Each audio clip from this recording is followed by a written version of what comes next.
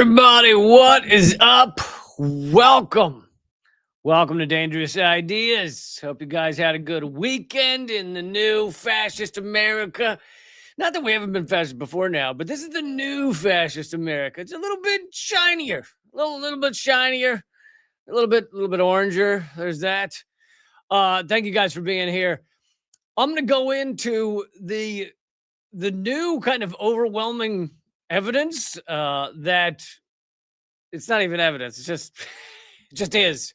Evidence makes it sound like I pieced together something, but no, it's just like a state. The administration is now shifting the military tactics of the U.S. to stop the new Cold War with China, and it like you could not have a brighter neon sign saying, yeah, that whole competition with China thing, we fucking lost. We lost big time. We didn't know what we were doing, and they're far more powerful than we realized. And anyway, to give away the punchline, the latest national security strategy report basically says, hey, listen, we just want to let everybody in the world know we're going to focus more on pillaging and gutting and destroying like Latin America and like our area of the world, which I guess would include Canada, although I don't think they say Canada, but they probably mean Canada. But yeah, we're going to pillage our area of the world. China, you do you, okay? Just do it over there on your side of the world. We will pillage our side. Is that okay? Because basically the U.S. is collapsing empire and they're starting to realize that they don't have all the power they thought they had. So like you couldn't have a brighter neon sign, neon admission that we have lost this conflict with China. And by the way, when you have such a murderous sociopathic empire as the United States, any weakening, any sign that the U.S. is losing hegemony is a good thing for humanity. It takes humanity a step back from destroying ourselves. Now, of course, the fact that he says he's going to focus on Latin America and focus on pillaging our side of the world, that's also horrifying for plenty of people as well.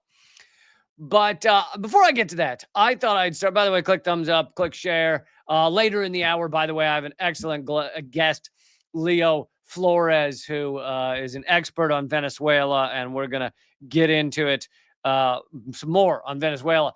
But before I get to all that, but not before you guys click thumbs up and subscribe and the bell icon and all the other things you can click, I'm going to play this clip of IDF soldiers that have become whistleblowers, and there aren't that many of them that have become whistleblowers, but if you have thousands of IDF soldiers committing genocide, you're going to find one or two that are ultimately going to be like, I think I need to tell people what we did. So there's a few. And unfortunately, this is in Hebrew, so I am going to read it as it plays because I know many of you listen to the podcast version of this, but so unfortunately, I won't play the audio because on the podcast would be borderline meaningless. You know, there's a handful of people, I guess, that understand Hebrew, but so I'm just gonna try and read as it goes along. But these are IDF whistleblowers explaining what they saw in Gaza. It starts with kind of a teaser clip of her saying, you know, why aren't you excited? We just killed a terrorist. But okay, so this guy says the drones, in my opinion, are what most dehumanizes the other side. You see everything on the screen. You drop a bomb. It feels like a game. You can sit in some basement of a house safe with your helmet off, scratching your balls, half dressed, and kill Palestinians. We were in the command room at around 3 a.m. and one of our aircraft spotted a man walking in the Netzarim corridor. This is just a guy walking. That's all he's doing. We followed him for about a half an hour. We couldn't see a weapon on him. So no weapon, not doing anything suspicious. We could hear everything on the radio. At some point, we heard a very young soldier, probably a conscript, who was operating the drone.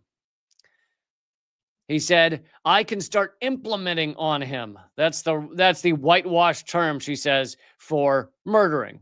Implementing is murdering. We don't want to say we're murdering them, so we say I can start implementing on him. Meaning I can kill him if you want. So then first they answered, wait, let's see. Then they told him to go ahead and kill the man for walking. We see it right there in black and white on the screen, the bomb falling, the man dead. A guy with a yarmulke came running into, this is their headquarters, and we were all in shock. And he asks her, this is the whistleblower, but she hadn't become a whistleblower at that point. He asks her, why are you so quiet? Why aren't you excited? You know, basically, we killed a terrorist. Be happy. But there was no sign this was a terrorist. This is a man walking. And they murdered him. Now, of course, that is the norm for them, murdering these people, no matter what they've seen them do. It's just endless murder. And, you know, I've talked about this before, how much drones desensitize things. Before, you know, years ago, we would talk about it in terms of the U.S. because the U.S. was initially the first ones using drone technology to murder people. This was prior to, you know, every person who wants to has a $500 little drone they could send up into the air and look down on everything. This is when drones were, you know, large and only owned by the U.S. military or various militaries around the world. But the U.S. was the only one using them to kill at that time. And we would talk about how if you're one of these drone pilots, many of them are at U.S. Air Force bases in Tampa or in Las Vegas is some of the biggest ones. And they sit there, and it is like a video game, but it's like a video game where you don't even see the faces. You just see black and white, grainy. Oh, there's a guy, drop a bomb. You know, a lot of this was going on in Afghanistan. What does it actually mean? There is PTSD to this because the soldiers who are pushing these buttons ultimately start envisioning the people they've murdered. But for the most part, it's far less, you know, traumatic than being over there, than seeing the human being in the, you know, eye to eye and murdering them. And so a lot of these soldiers would just do it all day long and have, you know, so what? Dropped a grainy thing on a screen and a grainy dot blew up and I don't know. What was it? Who knows? We killed terrorists. It is amazing. It is amazing how much it desensitizes, how much it normalizes, and how much you can commit a genocide while you're sitting in a basement scratching your balls, as he says. But thank goodness there's a couple whistleblowers, not many. Then I also wanted to show this video. Most people don't talk about it at all, that Israel is fully at war with Lebanon, just blowing up parts of Lebanon. Technically, there's a ceasefire. So Lebanon, Hezbollah is not really firing back at all. And Israel just keeps bombing Lebanon. And anyway, this video here, sorry for those of you listening to the podcast, the caption on the video says, let's see, there it is. Says, this is not Gaza. This is Lebanon. And it shows just complete decimation, destruction of an area of Lebanon. And yet, if you were to show this video, everyone would assume it's Gaza because you don't imagine that Israel is doing this anywhere else. Now, this is a specific area of Lebanon. I have a friend or two that live in Lebanon, and they will tell you that parts of Lebanon, yeah, there are bombings, but they're not that frequent. So people are going about their lives in a fairly normal way. But there are parts of Lebanon that are, you know, on the border of Israel where they are just utterly destroying everything, completely decimating it to a similar level as Gaza. I mean, there are certain areas where you can fly over and there's not a single building left standing. But it doesn't even get coverage. Don't need coverage because it's not important. It's not a genocide on the level of Gaza, and we know Israel just commits genocide every day. So it's if you're not committing genocide on the level of Gaza, then what is it? It's it's like slapping someone on the back. You're like, oh, what are you gonna put? You gonna arrest him for that? Just a little slap on the back. No big deal. That's the level Israel's gotten to. can commit genocide and decimate areas of Lebanon, and people act like it's barely a news story. Why would we even talk about that? All right, I just want to give you that little Israel update before we got to Trump's remarkable reversal on China. I just posted a Substack column on this. We'll go over a lot of the details in that Substack column. If you want to read all the details, feel free to go over there. It's free to read at reallycamp.substack.com. But anyway, so what just came out is let's see, let me get the actual link up here, is the National Security Strategy Report. So this is not just Trump saying some things, because I wouldn't think that was nearly as significant a story as the actual national security strategy document. Trump saying shit on social media, one day he could say China needs to die, and the next he'll say, oh, China's my best friend. But this is a formal strategy. And as we know, Trump is starting to lose it in a different way than he's never had it. He's never really had it, but no, he's starting to lose it in an old man kind of way where he's falling asleep in meetings. He's the new Joe Biden. He's bringing Joe Biden back, instead of sexy. He's bringing Joe Biden back. But this is put together by obviously people, the people around Trump that actually write these documents, not Trump. And so this is a different thing than just Trump's dumb tweets. So the Trump administration's latest national security report should have been titled, "We went up against China and they kicked our ass." Because this new report, along with Pete Hegseth's speech just the other day, outlines new U.S. military focus. And it shows clearly that the U.S. government has surrendered, basically, in this battle against China, which is the world's new economic powerhouse. The U.S. went up full bore against China and has utterly failed. As I write in the article, the U.S. is a collapsing empire swinging at all perceived enemies in all directions, but they found that swinging at China achieved nothing.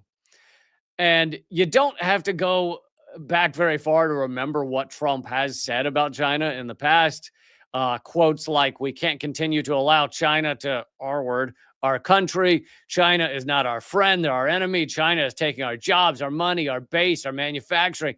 What they've done to us is the greatest single theft in the history of the world. China's not our friend. They're not our ally. They want to overtake us." All these awful things. He creates this massive trade war with China, this unhinged trade war, and utterly loses. So what the document says in the new national security, and I should just mention that and I did a whole segment on this as well. If you look at, so the trade deal they've agreed to, Trump agreed with Xi recently, it basically just brings everything back to where it was a year ago. So Trump has no claim to having won the trade war. The agreement basically is the same as everything was before Trump got back into office the second term. So he didn't win anything. He just got things back to before he got there. Yay! But in this new national security strategy report, Trump announces that the U.S. will begin to keep a bigger military presence in the Western Hemisphere going forward to battle migration, drugs, and the rise of adversarial powers in the region. And as we all know, he doesn't give a shit about drugs. It's just a way to destabilize countries that he has not been able to pillage recently, like Venezuela. Number one on that list is Venezuela. The report continues, the United States must be preeminent in the Western Hemisphere as a condition of our security and prosperity, a condition that allows us to assert ourselves confidently where and when we need to in the region. But the key words there, the key phrase, are in the region. This whole national security strategy report is all about going at the Western Hemisphere. Rather than U.S. hegemony worldwide, this is the U.S. needs to conquer basically the Americas, Latin America, and I guess this includes Canada, but That basically this is Trump backing off of trying to take over China, trying to defeat China, because they are beginning to realize, the sociopaths at the top of this country are beginning to realize that when they go at China, they just lose, and it gets ugly. And the truth is, China could cut off the rare earth minerals at any time. And as I've mentioned before, rare earth minerals are not that rare. Trump's finding ways to steal more, such as in Nigeria and other countries, and wants to steal Greenland to get those rare earths. So it's and Ukraine, we just signed a whatever $100 billion deal to steal their real earth minerals. But it's not about the actual real earth; it's about the refining. They're incredibly difficult to refine, and China does 90% of the world's refining of rare earth minerals. So while the U.S. tries to build up the ability to refine these rare earths, China has all the control. If they shut those down, like literally nothing works. You can't use advanced weapon systems. You can't use computers. And as I read somewhere, anything that you turn on and off generally uses rare earth minerals and magnets. So China, that's just one of the, ace cards that China's holding among many others. The other is that when the U.S., jacks up the tariffs to some crazy percentage, China can cut off their exporting to the United States and not suffer that much. It'd be a little hurtful to the economy. I think it's like 14% of what they export, but it wouldn't be big. It wouldn't, most of their products, their actual number one market is China, because China is so massive, 1.4 billion people. The U.S., on the other hand, it would be far more painful to the U.S. to, as we saw with the soybeans, right? China cut off their purchasing soybeans from the United States. All the soybean farmers across the United States going out of business. And so Trump then had to subsidize them to the tune of billions of dollars. Anyway, the point is, Trump lost that trade war, and now he's losing the larger. He's basically admitting with this strategy report that he's lost the larger battle with China. And again, I'll keep repeating this because I know sometimes when you say, he lost the battle with China, it sounds like I want him to win the battle with China. No, the U.S. should not have hegemony. The U.S. should not own the world. If there were going to be a country that owned the world, it should not be a morally bankrupt shit show like the United States that's willing to murder 6 million people with the global war on terror. Okay? That should not be the country or the people or the group that owns the world. So anytime the U.S. empire loses energy or loses to some degree, that's generally good for humanity. This also means we're taking a step back from nuclear war, because the more the U.S. goes to China, the closer you get to nuclear war. Same with the U.S. going at Russia. Anyway, here's another quote from the document. After the end of the Cold War, American foreign policy elites convinced themselves that permanent American domination of the entire world was in the best interests of our country. Yet the affairs of other countries are our concern only if their activities directly threaten our interests. Now, a couple of things. One is, this is a polar opposite. This is a complete reversal from what Trump has largely attempted to do throughout his first term and this beginning of the second term, which is to own the entire world. It is to have every country bow down and just be the little vassal states of the U.S.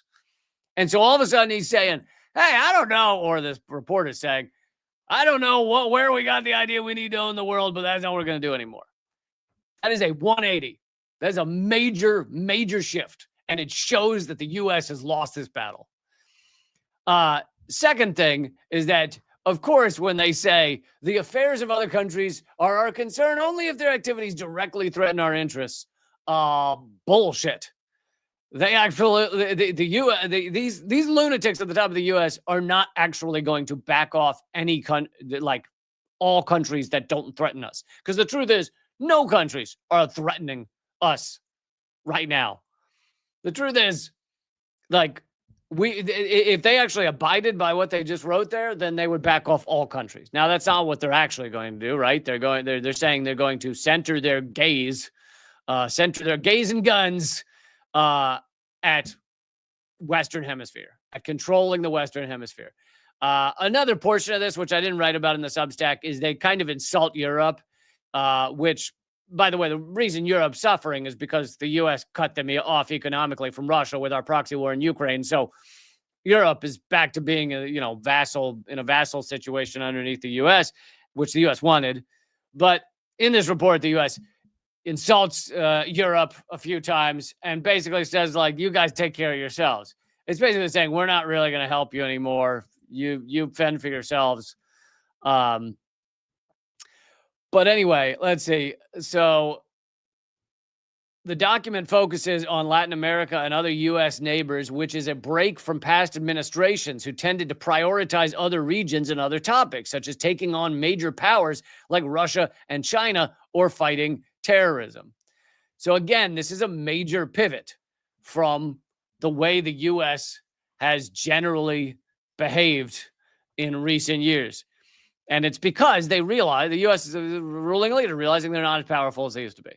And they can't fucking compete with China. China is the world's economic powerhouse now. If you look at purchasing parity rather than just gross GDP, and they have 1.4 billion people, and the U.S. doesn't have anywhere near that. We've lost all our manufacturing. Our economy right now is propped up by the fact that we have the petrodollar and an AI bubble, a giant AI bubble that just keeps inflating and will pop at some moment. Politico said President Trump and this administration seek a stable peace, fair trade, and respectful relations with China.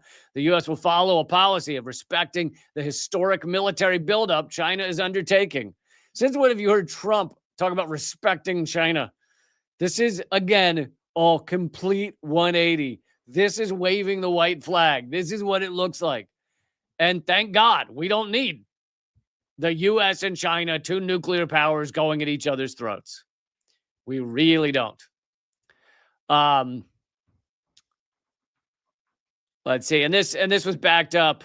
Oh, sorry. That last quote I read, I didn't realize it. That last quote I read was by Pete Hegseth, because Hegseth backed up everything that's said in this report with a, angry speech he just gave. And he's desperate to change the topic from the fact that he just committed a war crime by murdering those fishermen off of Venezuela. But anyway, so Pete Hegseth has basically backed up the fact that the U.S. military strategy is changing. Rather than trying to control the world, they are backing off of China, probably backing off of other countries that are in China's sphere of influence, and instead focusing on pillaging the Americas and pillaging Latin America. It's still fucking disgusting. You should be disgusted that the U.S.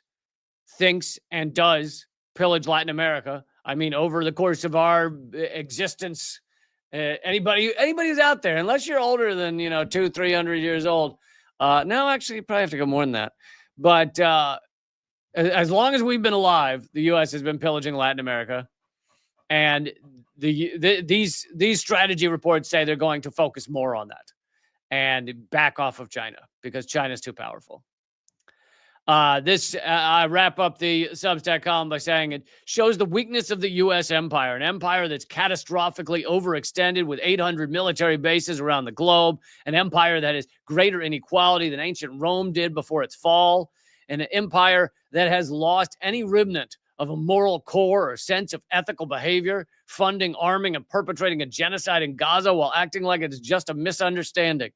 The weakness of such an empire should be viewed as a great positive for humanity. This is not something to lament. This is something to celebrate. So I would love for you guys to share that, to go look that column up if you want all of the details and share it. It's at reallycamp.substack.com. Also, I've set a goal for the end of the year in order to keep my new show Unredacted Tonight going. I'm hoping to get 100 new paid members at my Substack. I think we only need 65 more. So if you think that my show is worth two cups of coffee a month to support what I do, then go and join up at reallycamp.substack.com. It really does make a difference. It's $6, or if you pay for the year, it's $6 a month to you, but it's keeping this show and my work going. So I hope you consider doing that. reallycamp.substack.com. There's also a way to give it as a gift. I haven't looked up how to do that, so I can't tell you how to do it, but I'll look that up sometime. You can give my Substack as a gift to someone, and then you're supporting my show, and you have a cool gift to someone who might not know about my stuff. Thank you, VC Nick. Said they signed up and got 1 month free. Totally worth it. Thank you, Nick, for doing that. Real quick before we get to our awesome guest, a note on schedule. I will be back for the live stream Wednesday, I believe, 3 p.m. Eastern, noon Pacific. So join me for that. And then there'll be Unredacted tonight on Thursday, a new one on Thursday. I will not be here on Friday because I have to travel to New York City to perform live for everybody in New York City. So if you're there, I hope you'll come to the show, 9 p.m. Friday. I'll be performing live stand-up comedy with John F. O'Donnell at the Cobra Club in Brooklyn. You can get your tickets at tinyurl.com/Lee Cobra Club. Grab your tickets for that show. Okay. Let's keep going here. And by the way, everyone, click subscribe, please. It does make a difference, even though I am crazy suppressed. So I'm so excited to have this guest because he's not just an awesome writer, activist, organizer, but also a wonderful human being and a friend of mine, Leonardo Flores. He is the founding member of the Venezuela Solidarity Network. And so we're going to talk all things Venezuela. Hello, Leo. Lee, it's such a pleasure to be on here. Thanks so much. Yeah, thank you for being here. Hope you're doing all right. Let me just get that off the screen there. Welcome. And yeah, I've been talking a lot about Venezuela on this show. It is such an important topic, and it's tough to know where to start, but I guess we'll start with just the bombing of the boats off of Venezuela. What's the view of this in Venezuela, but also what you think the aim of the U.S. government is? Because I'm going to go out on a limb here and say it's not to stop drugs. Yeah, it's certainly not to stop drugs, but I think we really need to start off like clearing something up, right? Because lately the boat strikes haven't been against Venezuela. The first few ones were in international waters, of course, in the Caribbean. But lately, and when I say lately, I mean the last 2 months or so, the majority of the strikes have been in the Eastern Pacific. And so that's a big shift for the Trump administration, changing their tack from going after these alleged Venezuelan drug boats, which we know nothing about because they've been destroying evidence about them, not just killing the fishermen, but in one case where they actually captured fishermen, they destroyed all the evidence aboard. And now they're hitting boats in the Eastern Caribbean, the Eastern Pacific. And part of it, obviously, at first, I would say it was a strategy it was a psychological operation. It was aimed at causing panic, not just within the Venezuelan population, but within the Venezuelan armed forces, the military, thinking that they would somehow break with Maduro, rise up against Maduro, and that their, goal of regime change would be taken over for them, that the Venezuelan people would do it on their own. Obviously, this hasn't happened, and anyone, with an ounce of analysis on Venezuela over the last decade could have told you that this would not happen. And yet the Trump administration tried to do it anyway. But we are seeing a bit of a shift. In my analysis, it's that the psychological target went from being the Venezuelan people to shifting over to being Colombia. And that happened roughly in September, right? When you had the president of Colombia, Gustavo Petro, not just come out strongly in defense of Venezuela's sovereignty, but also coming up with a plan for peace in Gaza, right? And he was very emphatic in his remarks to the UN General Assembly. And then he had this street protest that he took part of in New York, where he called on U.S. troops not to follow illegal orders. And that really riled up the Trump administration. And they revoked his visa, right? They revoked his visa. They decertified Colombia in the drug wars. And then Trump allies started calling Petro a narco dictator. So really all it takes to be called a narco dictator is to be against U.S. foreign policy. Yeah. So I think now, it's shifted from being a psychological operation against Colombia. And next year, Colombia has presidential elections, and we're going to see the United States intervening in those elections directly. But right now, I also think that this shift is aimed also at the US people, because we've seen poll after poll showing how unpopular a war against Venezuela would be. The last poll I saw said 70% of people in the United States would be against the US military action in Venezuela. And but what I think they're doing is trying to get us used to this idea of a deployment in the Caribbean, used to this idea that now the United States is going to focus on Latin America, in Venezuela in particular, of course, but more broadly on Latin America and the Caribbean, and that they're going to shift from the Middle East towards Latin America, the Western Hemisphere. And we saw that in the national security strategy that I think you were talking about just before. Yeah, that's what I was just talking about. And they're Trump's not just sending battleships and everything. They're rebuilding and building bases. Yeah, that's right. And it's everything points to this being a forever deployment, and that really goes against the spirit of the zone of peace, which is something that the CELAC, the Community of Latin American and Caribbean States, a new multilateral institution that arose just in the past 20 years, they established the whole region as a zone of peace, and the U.S. kind of acknowledged it, and now the United States is actively undermining that. Yeah, I mean, it's so remarkably disgusting. The murdering of fishermen, and these people are just trying to feed their families. But what I mean, do you have a feeling on what next steps the U.S. government might take? Because it seems like this first effort has largely failed. Like you said, 70% of Americans are against the invasion of Venezuela, and I think it's 17% actually like full on support it, which is a tiny number when you consider 50% of the country voted for Trump. So what do you think they're just going to? I did hear them mention they kind of are shifting the propaganda to now we need to stop Venezuela because we need to stop China and Russia. Yeah, I mean, I think the first thing we have to say is that there's not enough troops right now. The U.S. doesn't have enough in the Caribbean to mount a full-scale invasion of Venezuela. They would need something like 200,000 troops, and they would likely also need either Colombia or Brazil to jump in and help them as well. And right now, both of those governments are against a war in Venezuela. Next year might be a different story because not only do we have elections in Colombia, we also have elections in Brazil. And if the right wing comes into power in both of those countries, then we are looking at a totally different scenario. So I think we can rule out a full-scale invasion off the bat. The other two kind of military options that we might see, one is kind of a sustained bombing campaign to degrade Venezuela's air defenses, to degrade Venezuela's military. And yeah, the US could pull it off with what it has right now, but it would be very costly, not just in terms of money, but it would also put US troops and planes and ships at risk. I'm not positive, I'm not confident that the Trump administration could withstand such losses right now, given where they are politically, not just in terms of Venezuela, but everything else surrounding the Trump administration right now. So that leaves the kind of third military option would be to strike something symbolic in Venezuela, whether it's a clandestine airstrip in rural Venezuela that they can say is used by drug runners, and then they'll say, look, we took this out, we made a direct hit on Venezuelan drug runners, and now we can talk to Maduro and come to some sort of agreement.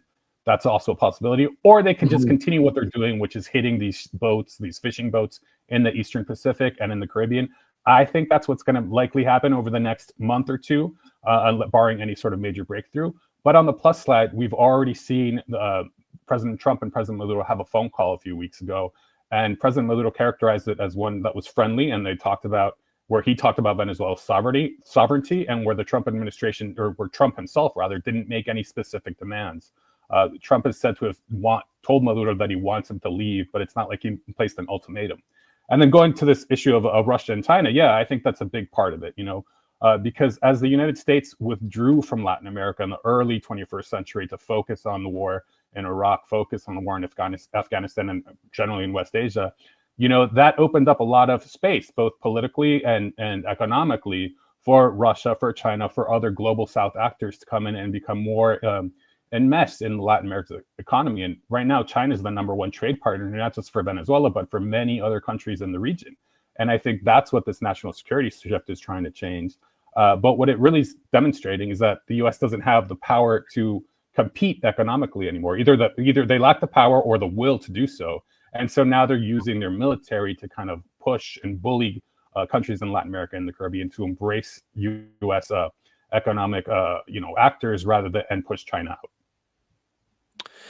Talk about what it's like inside Venezuela, what people seem to think of these developments, how popular or unpopular Maduro is, and what people think of Corina Machado saying that the U.S. needs to bomb and steal trillions of dollars of resources from her country. Yeah, I mean, I think it's clear that Venezuela is a polarized country. There are people who don't like President Maduro, but the thing about Western media, corporate media, is that they completely make invisible the millions of people who do support President Maduro, right? So there's been this kind of narrative over the last several months since this deployment in the Caribbean that Maduro's in some sort of bunker and that he's hiding, and so are all the top leaders of the Bolivarian government. They're hiding and they're afraid, not just of U.S. bombs, but of their own people. But it's completely false. In fact, over the last month, Maduro's been appearing in public in massive rallies time and time again. In fact, a couple of weeks ago, he had this message for Trump, and Maduro speaks very broken English. And so he had this message for Trump where he was saying, yes, peace, no war, peace forever. And then this guy in Venezuela, a DJ, took that speech and made a remix of it. And now it's playing in all the clubs in Caracas where people are dancing to Maduro's broken English and to this kind of techno beat. So in Venezuela, for the most part, there's a sense of calm. And I think that's because there's a big percentage of the population who is either kind of thinks that nothing's going to happen. Others who think that, we're not sure, but we are preparing ourselves. And when I mention these people, I'm talking about the people who have joined Venezuela's militias. The militia, Venezuela has militias that are supported by the government. And according to government figures, the militia has grown by 3 million people over the last 4 months, up to now 8 million people in militias. You might doubt the actual numbers of whether it's really 8 million or not, but it's certainly millions, and certainly a lot of people are willing to defend their land, defend their homeland. And so I think there's a very strong spirit of resistance in Venezuela. And we're seeing it in the opposition as well, where you have other opposition leaders who are not exactly on the same page as Maria Corina Machado come out and say they're against these bombings, they're against the sanctions, they're against the threat of a U.S. invasion. And so it's coalescing support, not necessarily around Maduro, it certainly has, but around this idea of Venezuelan nationalism and Venezuelan sovereignty. And even people who don't like Maduro are going to resist any sort of U.S. intervention and military intervention in the country. And the polls kind of back this, right? The one poll I saw showed that a minimal percentage, it was something like 5%, and this was a couple of months ago, of Venezuelans would support U.S. Invasion of the country, whereas the vast majority, 85% plus, are saying absolutely no to that. And that kind of tracks what we've seen over the last few years, especially in terms of U.S. sanctions, which are really what has caused a lot of damage, not just to the Venezuelan economy, but it's what's killed tens of thousands of Venezuelans over the last 8 or 9 years. It's the U.S. sanctions. And right now, something like 87%, according to a poll from Interlaces, one of the leading pollsters in Venezuela, 87% of Venezuelans reject U.S. sanctions and U.S. economic warfare. So I think that's kind of the mood kind of at large in Venezuela. Of course, it's a little different for the fishermen in the Caribbean, who some of them have to go out to international waters to fish, and they're very much afraid for their livelihoods, of course. Yeah, not surprising there. Yeah, and from what I understand, most Venezuelans understand, like they're educated on what exactly is going on here. They don't just think that the U.S. is trying to bring them democracy or freedom or something. Like, they understand that this is a power grab, it's resources. In fact, I mean, I talk about it a lot, but I'd love to get your take on why the U.S., and this has gone on for decades, but is so focused on Venezuela, even amongst Latin American countries, as this is, the one or one of about 2 or 3 that the U.S. is constantly talking about, cooing and destabilizing and bombing and bringing democracy to. Yeah, I mean, I think there's kind of 3 broad reasons why the U.S. is so focused on Venezuela. The first one is, of course, oil and other minerals. Venezuela has the largest reserves of oil in the world. It's top 10 in natural gas. It has iron, it has bauxite, gold, water, rare earth minerals. So Venezuela is very rich in natural resources, and the U.S. has been after that for quite a while.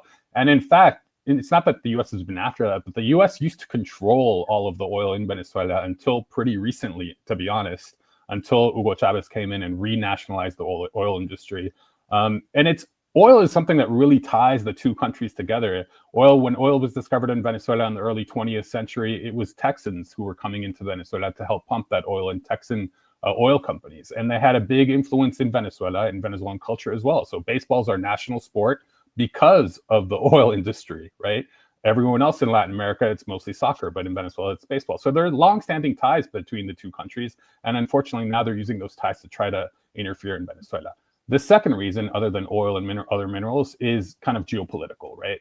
So because of the oil wealth that Venezuela has, and because of the foreign policy of Hugo Chavez and Nicolás Maduro, Venezuela began to have a kind of an outsized role in the region, particularly in the Caribbean and Central America, especially through this program called Petrocaribe, where they would sell oil at discounted rates or at loans with zero interest to Caribbean nations, to Central American nations, particularly during periods of energy uncertainty. And this really allowed these countries to keep the lights on and to keep, their citizens alive in some cases. And it also gave Venezuela a lot of power, and Venezuela used that power to build multilateral institutions, like, for example, the CELAC, the Community of Latin American and Caribbean Nations that I mentioned earlier, UNASUR, the Union of South American Nations, ALBA, the Bolivarian Alliance of the Americas. So a lot of these multilateral institutions showing Venezuela's interest in building regional strength and building a multipolar world. And also, of course, Venezuela has taken a very critical stance against U.S. foreign policy, particularly its wars in West Asia, particularly, of course, U.S. support for Israel. Venezuela broke off relations with Israel back in 2008, 2009 during one of the earlier campaigns of bombing, Israeli campaigns of bombing Gaza. And then finally, the third reason, in addition to oil and geopolitics, is socialism. And the United States is a very anti-communist country, and any country that calls itself socialist is going to come under the thumb of the United States in one way or the other. And that's why not just Venezuela, but Nicaragua, Cuba, Bolivia have all really experienced tremendous amount of U.S. pressure over the past 20, 25 years. Longer in the case of Nicaragua and Cuba, of course. Yeah. What you mentioned the militias. What steps is Venezuela taking to I don't know, prepare or to be ready to fight back against the United States? I suppose a variety of actions, but you mentioned the militia for a second. Yeah, and so let me start beyond the militia, right? Because one of the very first sanctions the U.S. imposed on Venezuela was a sanction banning U.S. arms sales. U.S. arms sales or any components of U.S. weapons being sent or bought by Venezuela. And before that, and this was roughly 2005, 2006, before that, Venezuela was a client of the U.S. military. They would buy all their equipment from there. Because of this sanction that was imposed by George W. Bush, Venezuela then had to start buying weapons from other countries. And that began a long relationship with China, with Russia, with Iran, with Turkey to a lesser extent, among other countries. And now Venezuela has advanced systems that have been battle-tested in Iran, battle-tested by Russia. So they have Chinese radars, Chinese missiles that can hit ships. They have Russian air defenses that can hit planes, that can hit drones. They're now producing the Shahed drone locally, which is kind of an anti-personnel drone that's made by Iran. They're producing a version of the Iranian Go Fast boats that cause the U.S. Navy so much trouble in the Persian Gulf. So Venezuela has a lot of kind of conventional military equipment that could pose a problem to the United States. And I'm not saying that Venezuela would be able to defeat the United States militarily on this level, but it would be costly for the United States to kind of destroy this equipment. And then on top of that, Venezuela has been preparing for 20 plus years for a U.S. invasion because the writing was on the wall since at least 2002 when the United States tried to coup Hugo Chavez and was successful for about 24 hours, 36 hours or so. Yeah. And so now that Venezuela has this doctrine of, total warfare and guerrilla warfare, and really they draw a lot of inspiration from Vietnam. And I can't recall Maduro speaking to the public about military issues and not drawing a connection to Vietnam and the sort of total kind of resistance at every level of society that's going to entail. And certainly the militias are a big part of that, defending the country, not just, city by city, but street by street. A couple of days ago, I mentioned to you that I had seen that Maduro had discussed a deal with Trump where Trump and corporations, U.S. corporations, could have some sort of oil deal with Venezuela in order to back off of all the belligerents. And you were saying that might not even be true or is not true. Is that right? Yeah, I mean, I think the media has been placing these, alleged deals or alleged offerings that Maduro has supposedly offered to Trump over the last few months.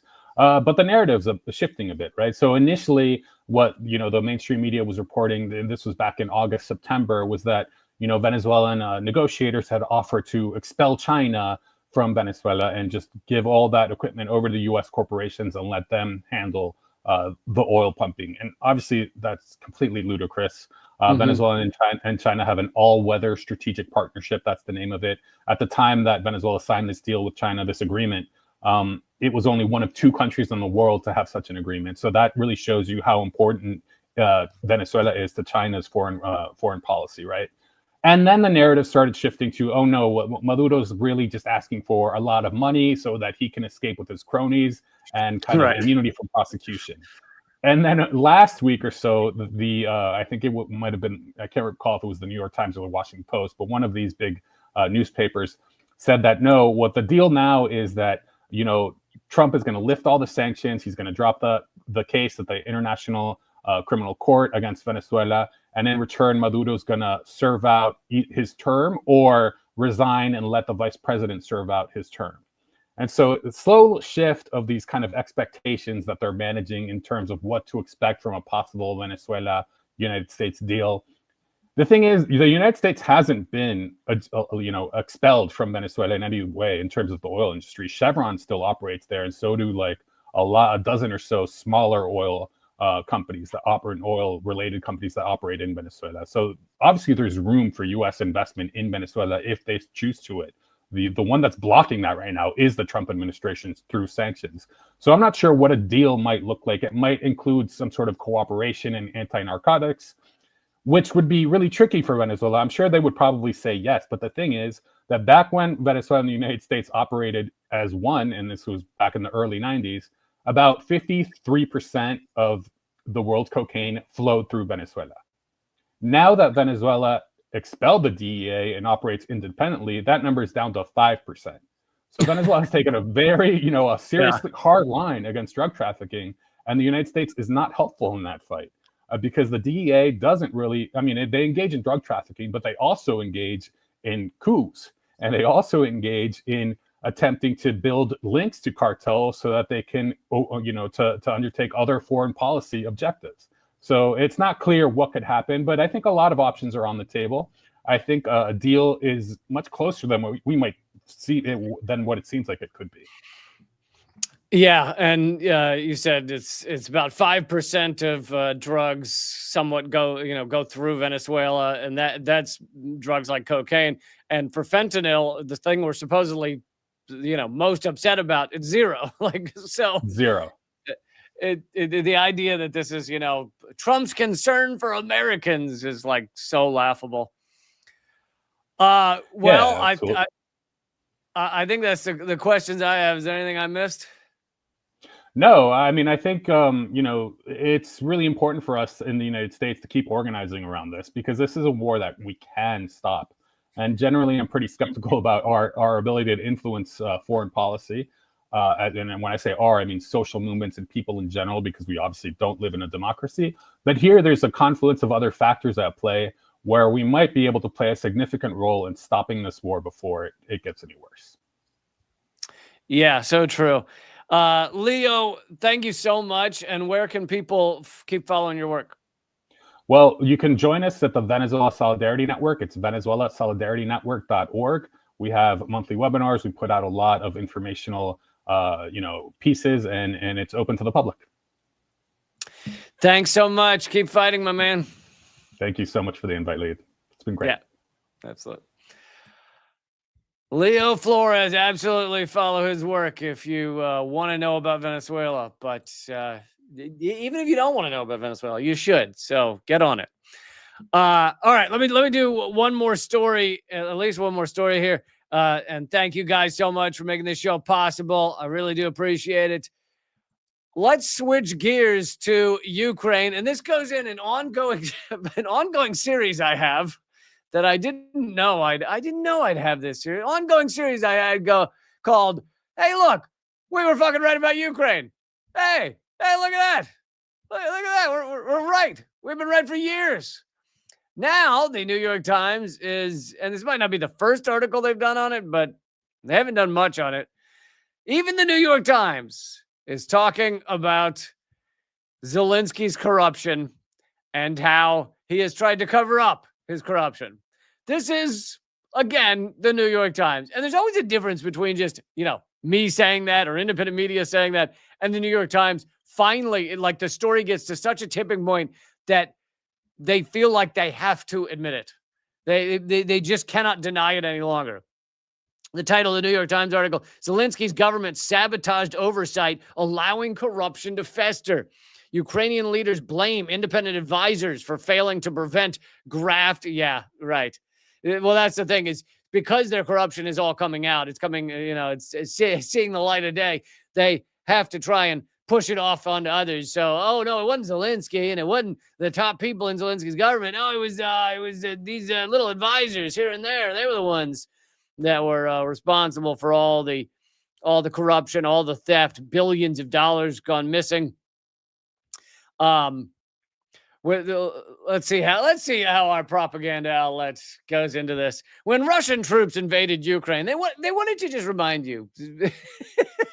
And you notice they never give any of the background. It's just Russian troops invaded Ukraine. There was no, the U.S. didn't do anything before that. What? Who? Where? The what?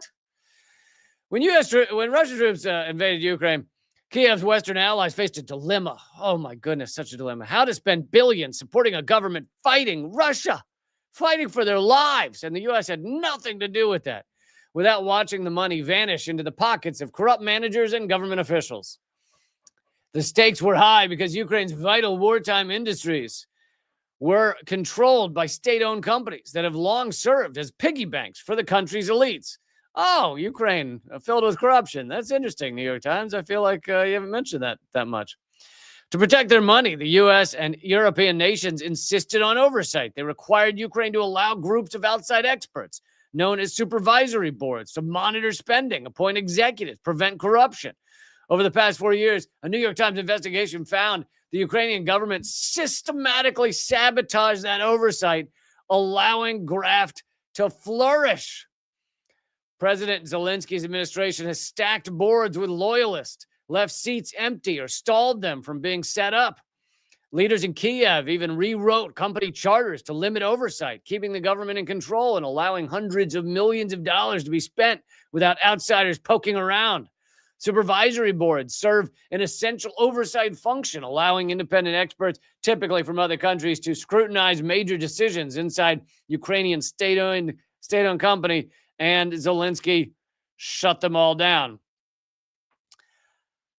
They are also central to the corruption scandals swirling around Zelensky's government. And like I said, they've written a few articles on this, but not much. They continue, but now it's gotten so big they can't deny it anymore. What to know about the corruption scandal surrounding Zelensky? Also, there is something kind of comical about the New York Times, being like, or even the U.S. being like, these guys are corrupt. They were stealing our money that we were sending to them to create a proxy war so that hundreds of thousands could die, so that we could drain Russia and steal Russian resources and steal Ukrainian resources. There was corruption within that. What? How could they? We were trying to steal all Ukraine's resources, steal Russian resources, and collapse Russia so we could steal more of their resources, and maybe collapse Ukraine so we steal their resources. And then they were corrupt, and they stole some of our resources. Oh, you gotta love the U.S. You gotta love the U.S. How dare they take our money as we were trying to fucking steal all their shit. I've mentioned this before, that the more land in Ukraine, at least as of the time I saw this article, so several months ago, but more land in Ukraine has been sold to multinationals during this proxy war, basically stolen by multinationals, massive corporations, than Russia has gained. So more of Ukraine stolen by corporate rulers and corporate America than stolen by the United States. I'm sure a lot of that is BlackRock. BlackRock's one of the biggest ones overseeing the theft of Ukrainian resources. Ukraine also signed a massive hundreds of $billion deal with the US on rare earth minerals because we need those. So we're stealing their rare earth minerals as well. But yeah, this is part of what goes on when you create a proxy war and destroy segments of the world and see the results. There tends to be corruption. There tends to be theft. But yes, Zelensky is wildly corrupt. There's been many investigations into the amount of money he suddenly seems to have, multiple homes and all this shit. But it's not just him, it's the people around him, various oligarchs in Ukraine. I don't remember all the details, but months ago I covered a story that had come out about how even the US and the CIA had basically gone to Zelensky to be like, look, we know you're going to steal a certain percentage of the money we're giving you. Could you just decrease the amount you're stealing? Because you're stealing so much that it becomes like obvious. Could you just like, I'm just making up numbers here, but you're stealing 30% of the hundreds of billions we're giving you. Could you just like make it like 10? And then we'd like be totally cool with it, man. But yeah, even the New York Times has to admit that wildly corrupt over there. Wildly corrupt. All right. I'm going to do one quick bonus segment for everybody over on Locals or on my Patreon. It's going to be about the FBI memo that has just leaked, showing that the FBI plans to go after people who are anti-capitalist. And I know there was a different portion of this story, which was Trump announcing he was going to go after anti-capitalists. That was a month or a couple of months ago. This is a new development in it. So I'll be covering that for everybody over at Locals, over on Patreon. Thank you for supporting the show. If you'd like to go see that segment for free, you can just join up at leecamp.net. When you go to checkout, it'll say $6 a month, but put in promo code LeeCampFree, one word, all caps, LeeCampFree. That'll get you a free month, and you can watch this segment. You can also, you will get my ebook, Dangerous Ideas. And then if you want to cancel in a month, you can, and not pay $1. All right. The other thing is join up at my Substack, realleecamp.substack.com. Hoping to get 65 more subscribers, paid subscribers before the end of the year so that I can keep Unredacted Tonight going, keep the show going. I will see everybody else who's not at Locals or Patreon. I will see you Wednesday, 3 p.m. Eastern, noon Pacific. You guys rock. I think you're awesome. Oh, yeah. Didn't I find a way to play? I had like music to play while I'm changing the feeds. Here we go.